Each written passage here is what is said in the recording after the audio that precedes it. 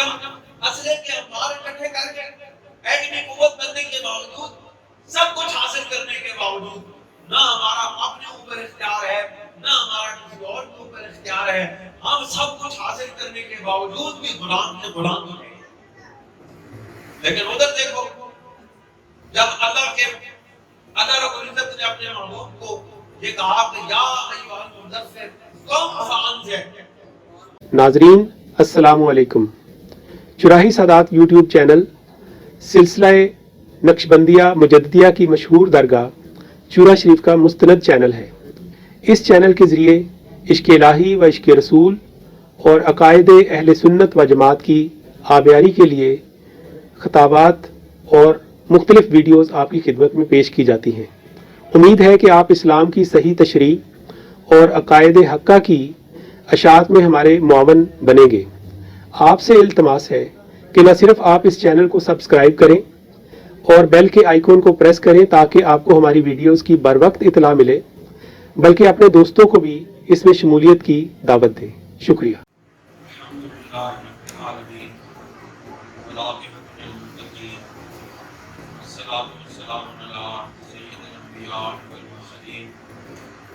اما بعد اعوذ باللہ من الشیطان الرجیم بسم اللہ الرحمن الرحیم یا ایھا المدثر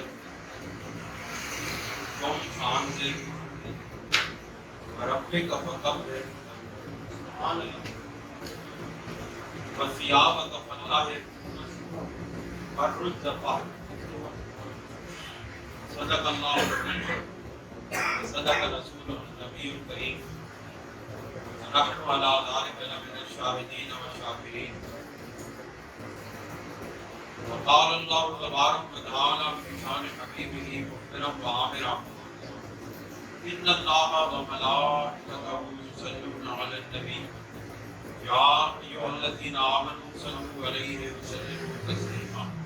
الصلاۃ والسلام علیک یا رسول اللہ وعلی آلک واصحابک یا حبیب اللہ۔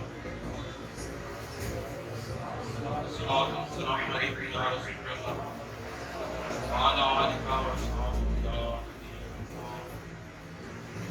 دوستو اور بزرگوں، یہ ایام محرم الحرام کی ابتداء کے ایام ہیں، اور حسن اتفاق یہ ہے کہ یہ پاکستان کی آزادی کے بھی ایام ہیں۔ یہ اگست کا مہینہ برصغیر کے مسلمانوں کے لیے ایک بہت بڑی نعمت دے کر آیا، اور اللہ تعالیٰ نے ہمیں اس مہینے میں آزادی کی نعمت سے نوازا۔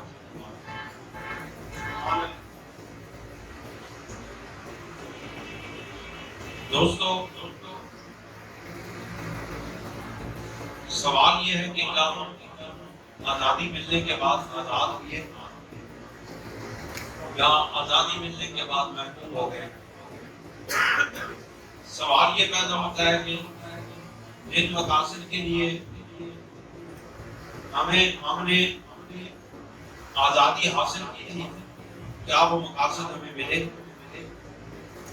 سوال یہ پیدا ہوتا ہے کہ کیا ہم نے اپنے بزرگوں کی ان قربانیوں کو بھلا دیا ہے کہ سمجھو کہ ایک قسم کے خون کے دریا میں سے گزر کر ہمارے آباء و اجداد نے یہ آزادی حاصل کی تھی۔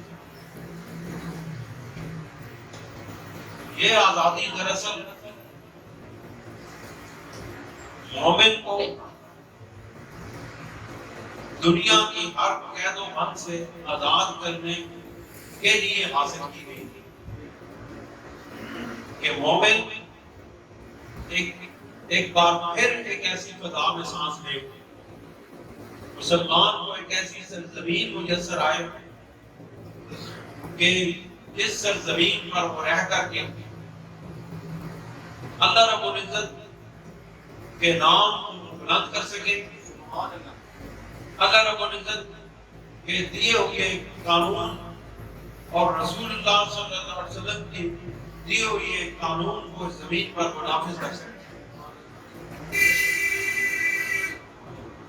قیام پاکستان کا مقصد تو یہی تھا کہ یہاں پر قانون الہی کی حکمرانی ہو، شریعت مصطفیٰ کی پیروی کی جائے، رسول اللہ صلی اللہ علیہ وسلم کے حکموں کے قدم بقدم چلتے ہوئے آقا علیہ السلام کی حیات مبارکہ کے ایک ایک گوشے کو اپناتے ہوئے اس دنیا کے اندر، اس زمین پر ایک ایسا نظام قائم کیا جائے جس میں کسی کی حق تلفی نہ ہو، جہاں اس سرزمین پر جس پر قانون الہی کی حکمرانی ہو، شریعت مصطفیٰ کی حکمرانی ہو، اس میں کسی پر ظلم نہ ہو، کسی سے زیادتی نہ ہو، کسی کا مال نہ چھینا جائے، کسی کی عزت و آبرو پر ہاتھ نہ ڈالا جائے، اور ان سب چیزوں سے بڑھ کر انسان تمام انسانوں کی غلامی سے آزاد ہو کر کے صرف اور صرف رب کریم کی غلامی میں آ جائے۔ یہ در حقیقت قیام پاکستان کا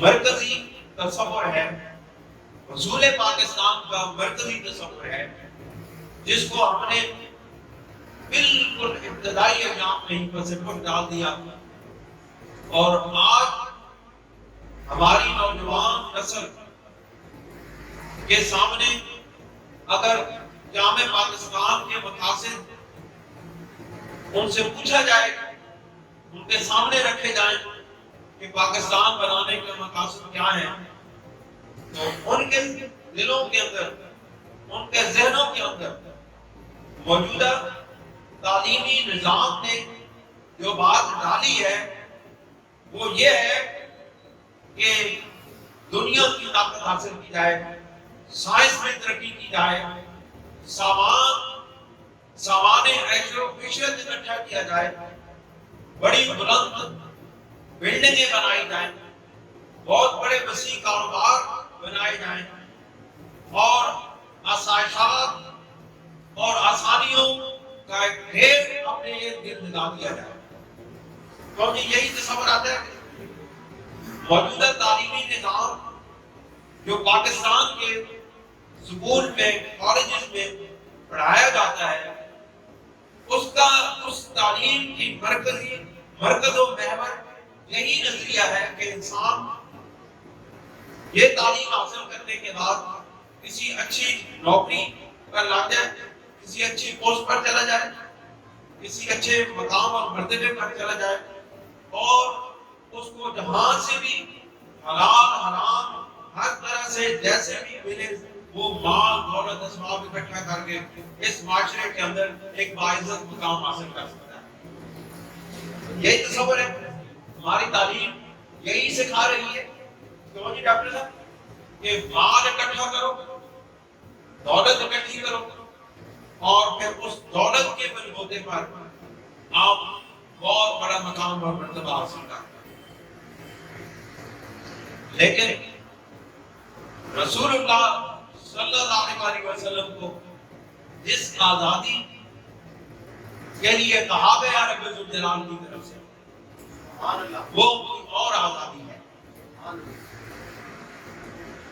رسول اللہ صلی اللہ علیہ وسلم نے جب شریعت کا قانون نافذ کیا، اللہ کے حکموں کے زمین پر نافذ کیا، تو انہوں نے جو انسانیت کو آزادی دی، ابھی تک تو انسانیت اس آزادی کی پہلے قدم تک بھی نہیں پہنچ سکی ہے۔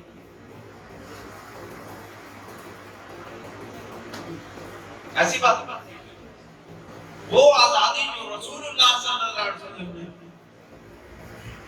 اپنے چاہنے والوں کو, اپنے ماننے والوں کو, اپنی پیروی کرنے والوں کو عطا کی ہے, وہ آزادی آج بڑے بڑے آزاد اور نام نہاد تہذیب یافتہ ملکوں کے اندر بھی نہیں ملتی. دوستو, کیا مال دولت اسباب حاصل کر کے انسان عزت کا مقام حاصل کر سکتا ہے؟ آج آپ دیکھیں, آپ پاکستان کے کسی شہر میں, کسی دیہات میں چلے جائیں, آپ کو قطار اندر قطار کوٹیاں اور بنگلے نظر آئیں گے جو قیام پاکستان سے پہلے نہیں تھے. آج آپ کو سڑکوں پر فراٹے بھرتی ہوئی گاڑیاں نظر آئیں گی جو قیام پاکستان سے پہلے نہیں تھی. آج آپ کو سر پر لباس پہنے ہوئے لوگ ملیں گے جو قیام پاکستان سے پہلے نہیں تھے. تو جس مقصد کے لیے پاکستان کو بنایا گیا تھا, وہ مقصد یہ تھا کہ ہم دنیا کی قوموں میں اپنے فیصلے خود کریں, اپنے فیصلے خود کریں.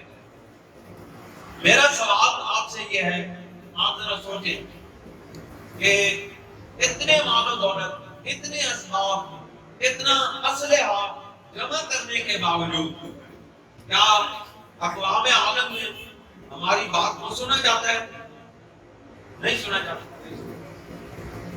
آپ وہ دیکھیں, ایک وہ زمانہ تھا جب رسول اللہ صلی اللہ علیہ وسلم نے اس زمین پر اللہ کا قانون نافذ کیا, شریعت مصطفیٰ کا نفاذ کیا. نہ اس وقت سواریاں تھی, نہ اس وقت مال و اسباب تھے, نہ پرآسائشات رہنے کی جگہیں تھی, نہ ایئر کنڈیشن لگے ہوئے محلات تھے, کوئی بھی آسانی اور آسائش کا سامان موجود نہیں تھا. لیکن دنیا کی بڑی بڑی طاقتیں نبی کریم صلی اللہ علیہ وسلم کے بارگاہ میں نہیں, بلکہ حضور سرور دو عالم صلی اللہ علیہ وسلم کے غلاموں کے قدموں پہ گرتے تھے. سرور دو عالم صلی اللہ علیہ وسلم کے غلاموں کے قدموں پر یہ ساری کائنات گرتی تھی, اور اس ساری کائنات پر میرے محبوب صلی اللہ علیہ وسلم کے غلاموں کا قبضہ تھا, میرے محبوب صلی اللہ علیہ وسلم کے غلاموں کا اختیار تھا. یہ فضاؤں میں بھی اپنا اختیار چلاتے تھے, زمین پر بھی اپنا اختیار چلاتے تھے. آج ہم اسلحے کے انبار اکٹھے کر کے, ایٹمی قوت بننے کے باوجود, سب کچھ حاصل کرنے کے باوجود, نہ ہمارا اپنے اوپر اختیار ہے, نہ ہمارا کسی اور کے اوپر اختیار ہے. ہم سب کچھ حاصل کرنے کے باوجود بھی غلام کے غلام ہی ہیں.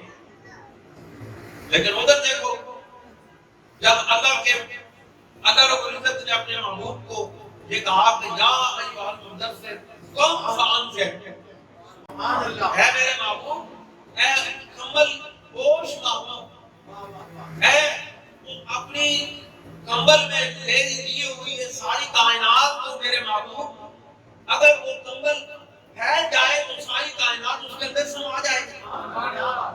وہ کمبل ایسے نہیں تھا, وہ کمبل یہ پوری کائنات تھی میرے محبوب.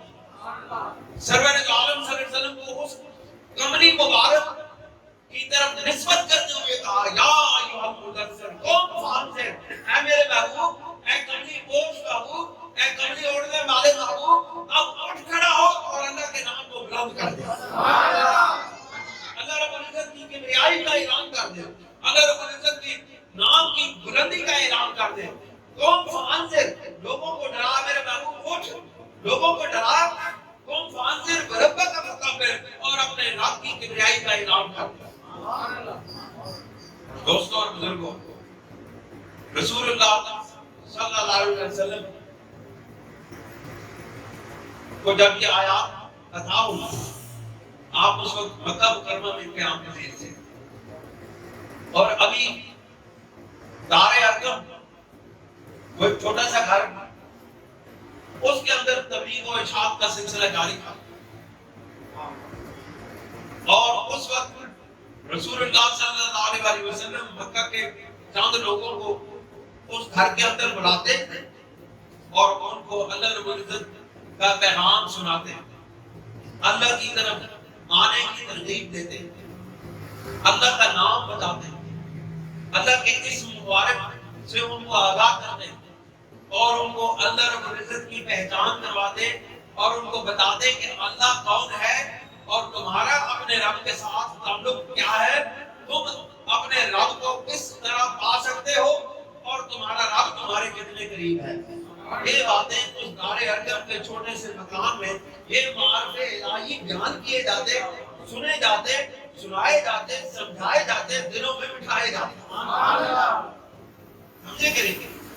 اب بات یہ ہے اس دور کا کوئی عام سا انسان، کوئی عام وہ اللہ کا بندہ کسی کو اپنے سامنے بٹھا کے اس کو اللہ کا نام تلقین کرتا ہے تو اللہ تعالیٰ کا نام کا نور اس کے دل کو منور کر دیتا ہے۔ یہ 1400-1500 سال گزرنے کے بعد سرور دو عالم صلی اللہ علیہ وسلم کے غلاموں کی یہ روحانی قوت کا عالم ہے۔ آپ دیکھیں، آپ ذرا تصور میں، اپنے خیال میں اپنے آپ کو دار ارقم کے اس چھوٹے سے مقام میں لے جائیں اور اپنے آپ کو سید کونین صلی اللہ علیہ وسلم کے بارگاہ میں اپنے آپ کو بٹھائیں اور یہ تصور کریں کہ رسول اللہ صلی اللہ علیہ وسلم آپ کو اس میں الہی، اس میں اللہ، اس میں ذات کی تلقین کر رہے ہیں، پھر آپ تصور کریں کہ اس وقت نور کے نفوذ کا کیا عالم ہوگا۔ اس وقت لوگوں کے دلوں کے اندر، جس وقت رسول اللہ اللہ اللہ کہتے تھے، اس وقت لوگوں کے دلوں کے اندر انوارات کس طرح برستے تھے، کس طرح اللہ آپ کا نزول ہوتا تھا، کس طرح اللہ تعالیٰ کی تجلی آپ کے اوپر نازل ہوتی تھی۔ نعرہ تکبیر، اللہ اکبر، نعرہ رسالت، نعرہ غوثیہ، آستانہ عالیہ نوریہ چورا شریف۔ میرے محبوب سرور دو عالم صلی اللہ علیہ وسلم اس مقام کے اندر بیٹھ کر لوگوں کو اللہ سے ملاتے رہے، لوگوں کو اللہ سے ملاتے رہے، جوڑتے رہے۔ ہم چھوٹے چھوٹے ہوتے تھے اور اس مبارک کی وہاں میں تقریبات ہوتی تھی تو جب جلوس لے کر کے بابا جی صاحب کے مزار کی طرف ہمارے بزرگ چلا کرتے تھے تو وہاں پر ایک نعرہ لگتا تھا۔ وہ نعرہ کیا ہوتا تھا؟ سب نال توڑ، رب نال جوڑ۔ وہ نعرہ لگاتے مریدین جو ہوتے تھے، پیر صاحبان آگے چلتے تھے، مریدین ان کے پیچھے نعرہ لگاتے جاتے تھے۔ ایک بندہ کہتا تھا سب نال توڑ، سارے کہتے تھے رب نال جوڑ۔ تسی بھی آپ نہ سب نال توڑ، رب نال جوڑ، سب نال توڑ، رب نال جوڑ۔ سب سے توڑ کے رب کے ساتھ جوڑ دیتے تھے اور انہی رب کے ساتھ جڑنے والوں میں سے ایک ہستی، ایک عظیم ہستی، ایک عظیم انسان حضرت سیدنا عمر فاروق رضی اللہ تعالیٰ عنہ، حضرت عمر فاروق رضی اللہ تعالیٰ عنہ بھی ہیں جن کا یوم وصال یکم محرم الحرام کو ہے۔ آپ رضی اللہ تعالیٰ عنہ کو یہ مغالطہ پھیلایا جاتا ہے کہ حضرت عمر فاروق رضی اللہ تعالیٰ عنہ کو 26 ذی الحج کو شہید کیا گیا۔ حالانکہ آپ لوگ جانتے ہیں اس دن ہم بیٹھے ہوئے اس پر تحقیق کرتے رہے، تمام کتابوں کو دیکھا ہے، تمام تاریخ کی کتابوں میں اور تمام احادیث کی کتابوں کے اندر یہ بات لکھی ہوئی ہے کہ حضرت عمر فاروق رضی اللہ تعالیٰ عنہ کو 26 ذی الحج کو خنجر مارا گیا، آپ رضی اللہ تعالیٰ عنہ کو خنجر مارا گیا اور 4 ذی الحج کی راتیں دن باقی تھے کہ آپ کو خنجر مارا گیا اور یکم محرم الحرام آپ کی وفات ہوئی اور آپ کی تدفین کی گئی روضہ رسول کے اندر۔ اس معاہدے کو سوشل میڈیا پہ پھیلایا جاتا ہے، آپ بالکل اگر آپ چاہتے ہیں تو میں آپ کو یہ تمام حوالے ابھی دکھا سکتا ہوں۔ یہ الاصحابہ فی معرفت الصحابہ میں ہے الاستیاب کتاب میں ہے اور الکامل تاریخ کے اندر یہ ساری چیزیں تمام تفصیلات لکھی ہوئی ہیں. حدیث کی کتابوں کے اندر بھی یہ تفصیلات موجود ہیں. لہذا ان مغالطوں میں نہ رہے. لیکن اگر حضرت عمر فاروق رضی اللہ تعالیٰ عنہ بن فرد 26 ذی-الحج کو شہید ہوئے تو شہادت کا مرتبہ زیادہ ہے یا دنوں کا مقام زیادہ ہے؟ محرم کو 10 محرم کو جو مقام اور مرتبہ ملا ہے وہ امام علی مقام کی شہادت کی وجہ سے ملا ہے، نہ کہ امام علی مقام کو 10 محرم کی وجہ سے مقام اور مرتبہ ملا ہے. یہ بات بڑی پوائنٹ کو نوٹ کرنے والی ہے کہ 10 محرم کو مقام اور مرتبہ ملا ہے حضرت امام علی مقام کی وجہ سے، نہ کہ امام علی مقام کو 10 محرم کی وجہ سے مرتبہ ملا ہے. لہذا بلند مرتبہ شہادت کا ہے نہ کہ دلوں کا. یہ بات کلیئر ہو. تو ان 40 ان لوگوں کے اندر جو دار ارقم میں سرکار دو جہاں صلی اللہ علیہ وسلم سے فیض پاتے تھے ان میں 40ویں نمبر پر سیدنا عمر فاروق رضی اللہ تعالیٰ 40واں شخص جب ایمان لے کر آیا، جس دن حضرت عمر فاروق ایمان لے کر آئے آپ نے حضور رسالت پاک صلی اللہ علیہ وسلم سے کی بارگاہ میں عرض کیا یا رسول اللہ صلی اللہ علیہ وسلم کیا ہم حق پر نہیں ہیں؟ رسول اللہ صلی اللہ علیہ وسلم نے فرمایا ہم حق پر ہیں. حضرت عمر فاروق رضی اللہ تعالیٰ عنہ نے فرمایا کہ یا رسول اللہ صلی اللہ علیہ وسلم کیا اسلام ساری دنیا کے لیے نہیں ہے؟ آپ نے فرمایا یہ ساری دنیا کے لیے. انہوں نے کہا کہ یا رسول اللہ پھر اگر ہم حق پر بھی ہیں، ہم سچ پر بھی ہیں، اللہ ہمارے ساتھ بھی ہے، ہم اللہ تعالیٰ کی وحدانیت پر ایمان بھی لاتے ہیں، تو پھر یا رسول اللہ صلی اللہ علیہ وسلم ہم اس کمرے کے اندر بیٹھ کر اپنے رب کو یاد نہیں کریں گے؟ آج میں سامنے جا کر کے کعبہ کے اندر کھڑے ہو کر اعلان کروں گا کہ آج کے بعد ہم کعبہ کے اندر عبادت کریں گے اور اللہ رب العزت کی کبریائی کا اعلان کعبہ کے اندر جا کے حرم پاک میں کریں گے. اب یہ عالم ہے، یہ آزادی آپ کو دکھا رہے ہیں. آزادی اصل میں کیا ہوتی ہے؟ آزادی تعداد کی مرہون محنت نہیں ہوتی، آزادی اصل اور سوا کی مرہون محنت نہیں ہوتی، آزادی کسی آسائشات بھری زندگی کی مرہون محنت نہیں ہوتی. آزادی اپنے من کی آزادی کا نام ہے. اگر انسان اندر سے آزاد ہو گیا تو اس کا ظاہر بھی آزاد ہو جاتا ہے. اگر باطن سے غلامی کے اندر ہے، باطن پستی کے اندر ہے، تو ظاہر کبھی بلندی پر نہیں جا سکتا، ظاہر کبھی آزادی حاصل نہیں کر سکتا. رسول اللہ صلی اللہ علیہ وسلم بڑے خوش ہوئے. صحابہ کرام نے نعرہ تکبیر بلند کیا اور سرور دو عالم صلی اللہ علیہ وسلم چل پڑے، اپنے ساتھیوں کو لے کر کعبہ شریف کے اندر چل پڑے، کعبہ شریف کی طرف چل پڑے. حضرت سیدنا عمر فاروق رضی اللہ تعالیٰ عنہ نے اپنی تلوار بے نیام کر دی اور کعبہ کے اندر جا کے کھڑے ہو کر کہنے لگے کہ آج کون ہے؟ یاد رکھو اے قریش کے لوگوں، آج عمر نے اسلام قبول کر لیا ہے، آج محمد مصطفیٰ صلی اللہ علیہ وسلم کی غلامی اختیار کر لی ہے، آج عمر فاروق بتوں کی غلامی سے آزاد ہو کر ایک اللہ کی غلامی میں آ گیا ہے. آج کون ہے جو اپنی زوجہ کو بیوہ کرنا چاہتا ہے، جو اپنی اولاد کو یتیم کرنا چاہتا ہے؟ کوئی ہے تو آگے کھڑا ہو جائے میرے سامنے. آج میں محمد مصطفیٰ پر ایمان لے آیا ہوں اور آج ہم اللہ رب العزت کا نام اور اللہ رب العزت کی عبادت اس حرم پاک میں کریں گے. اگر کسی کی ضرورت ہے تو وہ میرے سامنے آئے. آپ یقین جانیے جب آزاد منش انسان اور ہستی کی یہ آواز حرم پاک کے اندر گونجی، بڑے بڑے رؤسائے قریش سر جھکا کے بیٹھ گئے. کسی کی ہمت نہ پڑی کہ وہ حضرت عمر فاروق کی طرف نگاہ اٹھا کے دیکھے. نعرہ تکبیر، نعرہ رسالت، نعرہ رسالت، نعرہ رسالت. سب لوگ توڑ، سب لوگ توڑ، سب لوگ توڑ. آپ دیکھیں رب سے جڑی 40 آدمی آ کے حرم پاک میں کھڑے ہو گئے، اپنی آزادی کا اعلان کر دیا. اور پھر دوستو میں آپ کو بتاتا ہوں کہ جو آزاد جن لوگوں کو رسول اللہ صلی اللہ علیہ وسلم کے قدموں سے آزادی ملی، ساری کائنات ان کے قدموں میں آ کے گئے، ان کے قدموں میں آ کے گئے. بڑا مشہور واقعہ ہے. یہ کائنات پر ان کی کس طرح دسترس ہے رسول اللہ کے غلاموں کی، اور کس طرح اختیار ہے۔ یہ بڑا مشہور واقعہ ہے کہ دریائے نیل کی روانی اس دور میں اس صورت میں ہوتی تھی کہ وہاں پر ایک دوشیزہ کو ہاتھ سے دار کر کے کپڑے پہنا کے کمالی بیٹی کسی کی اس کو دریا میں ڈالا جاتا تھا تو دریا چل پڑتا تھا۔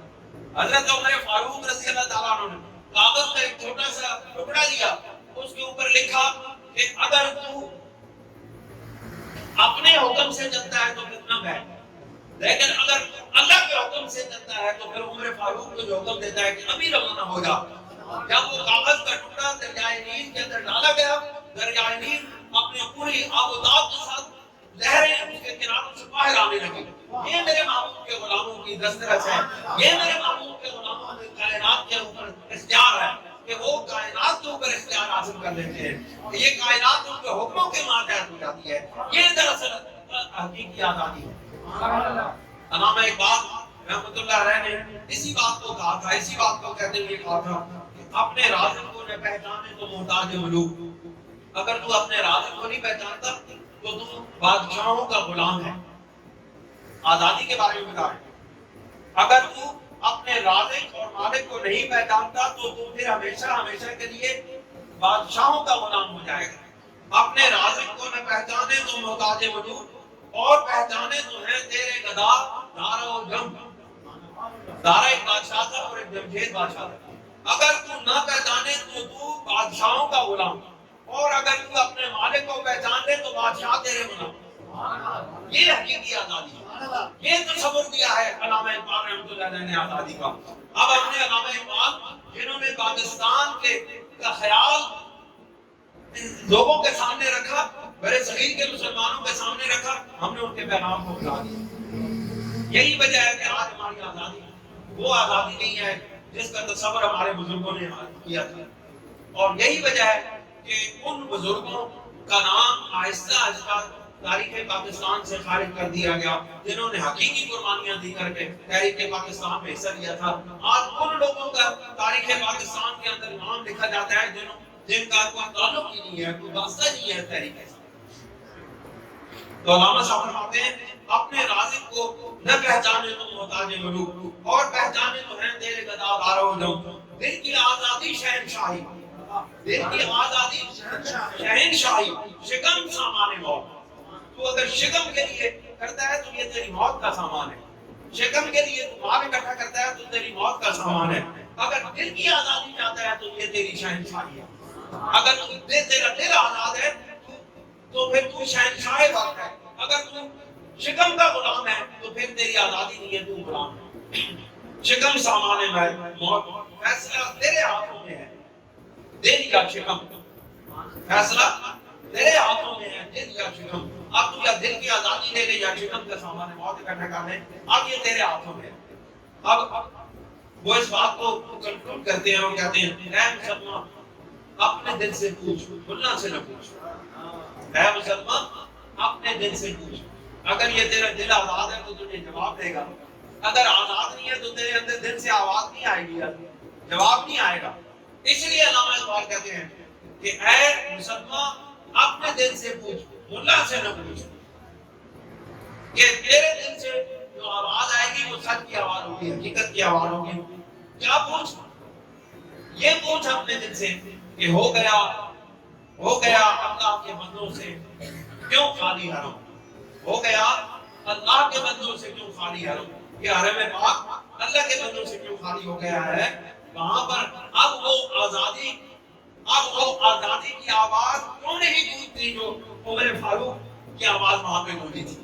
اب وہ لوگ کہاں گئے ہیں جو صرف اللہ رب العزت کے نام کے لیے وہاں پہ کھڑے ہوا کرتے ہیں۔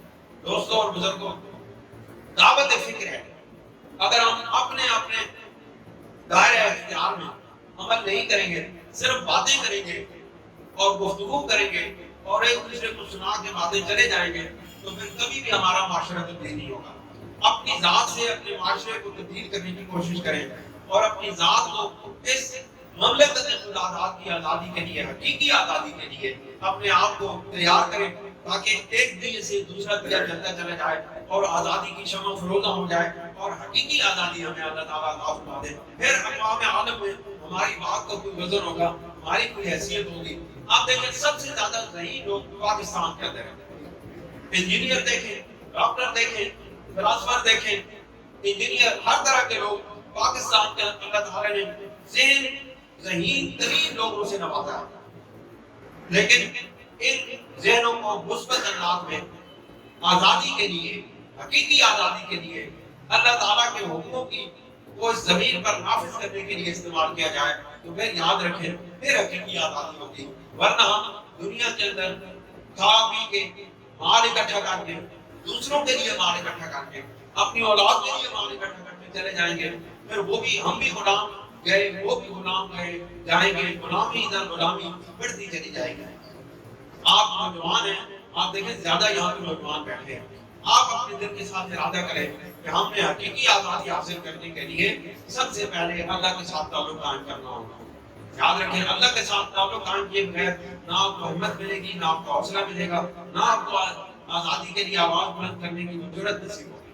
لہٰذا سب سے پہلے اپنے رب کے ساتھ جڑنے کی کوشش کریں, اپنے اللہ کی بارگاہ میں آنے کی کوشش کریں, اور رب کی بارگاہ میں جانے کا سب سے بہترین وسیلہ رسول اللہ صلی اللہ علیہ وسلم کی ذات ہے.